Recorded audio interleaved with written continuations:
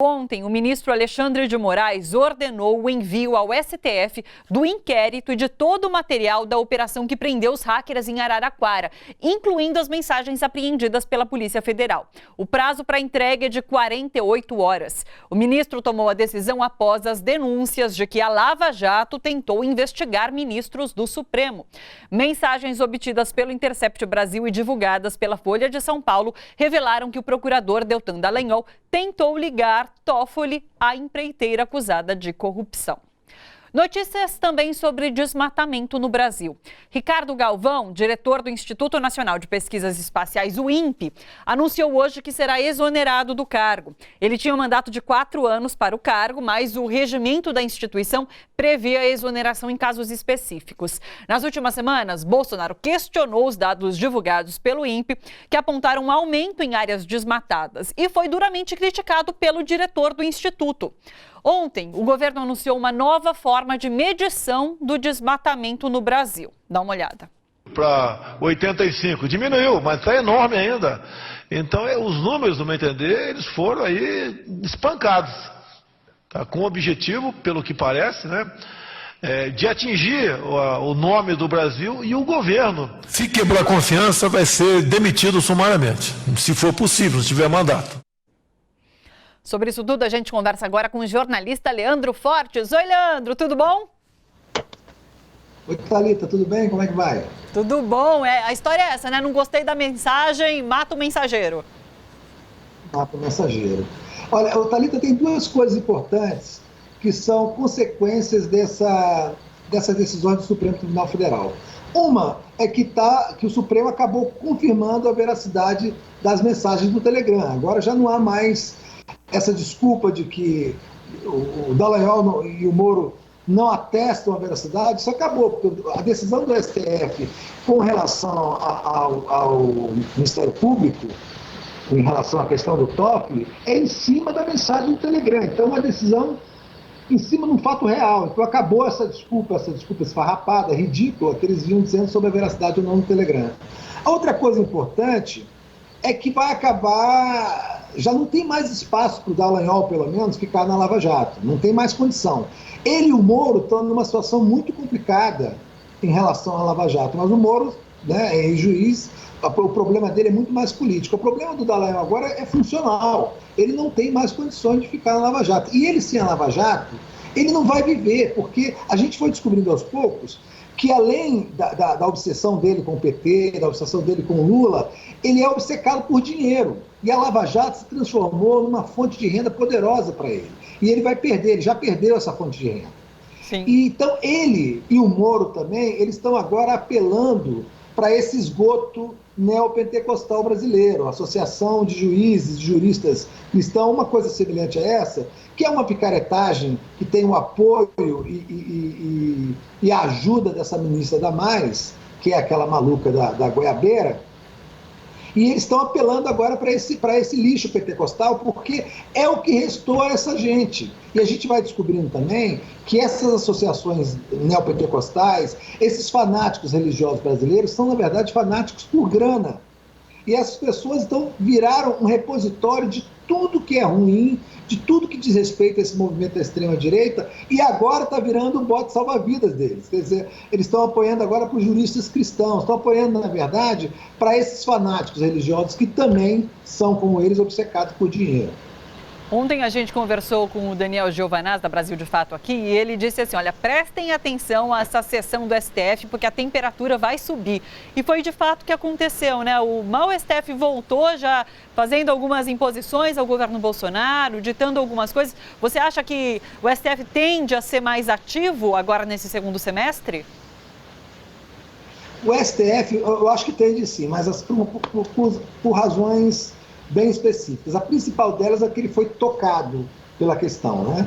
Essa história do Dias Toffoli, essa história do Dallagnol, combinando com os outros procuradores, para incriminar o Dias Toffoli, isso toca a instituição, e eles têm que dar uma resposta. E eles já estão meio de saco cheio do Dallagnol, do Moro, da Lava Jato, por várias razões. Então eles aproveitaram para mostrar que agora a conversa é diferente. Eles já foram para cima agora do Dallagnol, vão para cima da Lava Jato. E essa história de Jair Bolsonaro que eu achei incrível, porque, apesar de tudo, o STF estava sendo muito leniente com o Bolsonaro. Essa decisão de manter a FUNAI fora do Ministério da Agricultura é um tiro no coração do governo Bolsonaro, porque a questão chave das terras indígenas passaria pelo Ministério da Agricultura, porque ele o Bolsonaro ele tem uma visão genocida da questão indígena. Então, no fundo, ele queria exterminar os índios do Brasil. E ele sabe que esse extermínio passa pela desapropriação das terras dessa gente, que vai morrer à míngua, que vai morrer de fome, que vai morrer de doença, que vai acabar escravizado e vai acabar desaparecendo. Sem essa ação do Ministério da Agricultura, ele fica com os braços, né, e as pernas amarradas. Eu tenho a impressão que essa talvez tenha sido uma das decisões mais contundentes do STF com relação a esse governo de dementes e malucos que estão no Palácio, que estão tomando conta do Brasil no Palácio Planalto.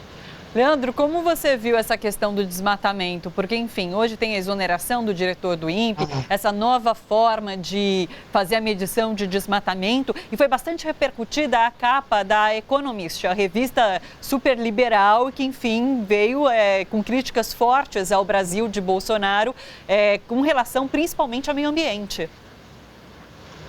O mundo está observando com muita apreensão esses movimentos do governo Bolsonaro em relação ao meio ambiente, né? Com muita apreensão mesmo. Essa preocupação internacional que não é de agora, vem desde a Rio 92, isso já tem mais de 20 anos, tem quase 30 anos. E essa demissão do presidente do INPE, ela só tem uma razão: ele foi demitido porque ele não é um picareta. Ele foi demitido porque ele não aceitou fazer parte dessa ação criminosa, né, de manipular dados sobre o desmatamento na Amazônia. Esse homem tem que ser reverenciado por nós. É um cara que deve ser lembrado quando isso acabar, e isso vai acabar. A gente tem que lembrar desse cara. Um dos heróis dessa época foi esse sujeito que não aceitou fazer parte dessa farsa montada pelo Bolsonaro para tentar desviar do mundo as informações corretas sobre o desmatamento da Amazônia, que ele apoia, né, que o governo dele apoia e que o governo dele vai ainda transformar isso num inferno maior ainda. Eu tenho muita curiosidade de saber quem é que vai entrar no lugar, quem é que vai aceitar esse trabalho sujo. E a gente tem que ir para cima dessa pessoa, desse homem, dessa mulher, porque essas pessoas, Thalita, elas não podem ser esquecidas. O que faltou na ditadura militar, depois do fim da ditadura militar, é que não houve julgamento, é que não houve expurgo, é que não houve um reconhecimento, uma exposição pública das pessoas que cometeram crimes.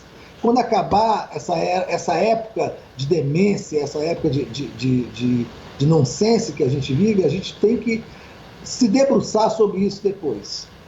Eu vejo as pessoas cada vez mais resignadas em... Vamos aceitar esses 3 anos e meio se passarem para voltar a discutir um Brasil mais justo, melhor. Você já disse aqui, inclusive, que você é a favor do impeachment já, mas eu acho que está cada vez mais surgindo essa resignação. Vamos esperar esses 3 anos e meio e depois a gente bota em ordem o Brasil. O problema é que o Brasil não aguenta 3 anos e meio. Olha, Thalita, é diferente 3 anos e meio de um governo incompetente, de um mau governo, de um governo...